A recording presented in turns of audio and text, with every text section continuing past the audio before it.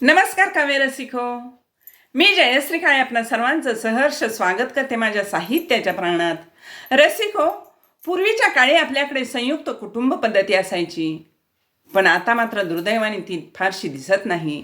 याला कारण म्हणजे माणसांमधला स्वार्थ आणि भावामधला वाद.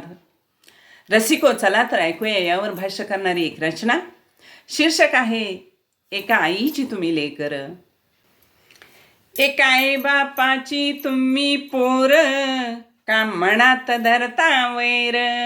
एका आई बापाची तुम्ही लेकर, का मनात धरता वैर.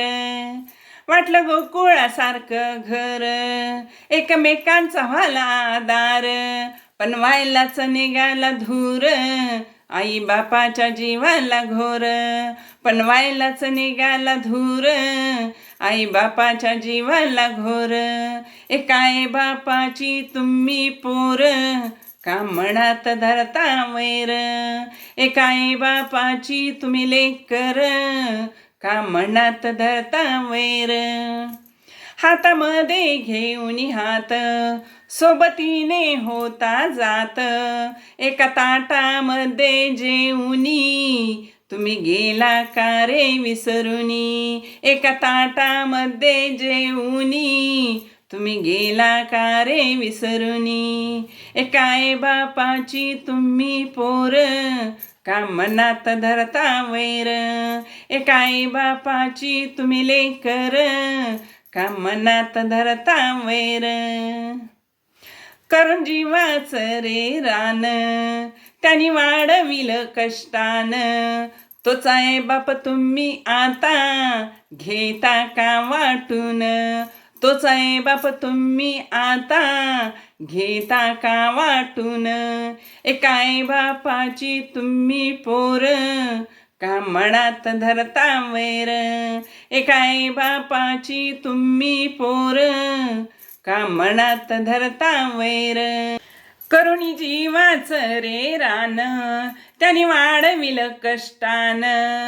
तोच आहे बाप तुम्ही आता, घेता का रे वाटून. तोच आहे बाप तुम्ही आता, घेता का वाटून.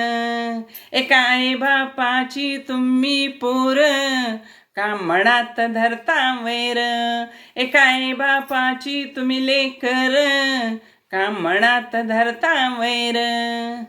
काय म्हणता माझं हे सार जागीच राहायचं.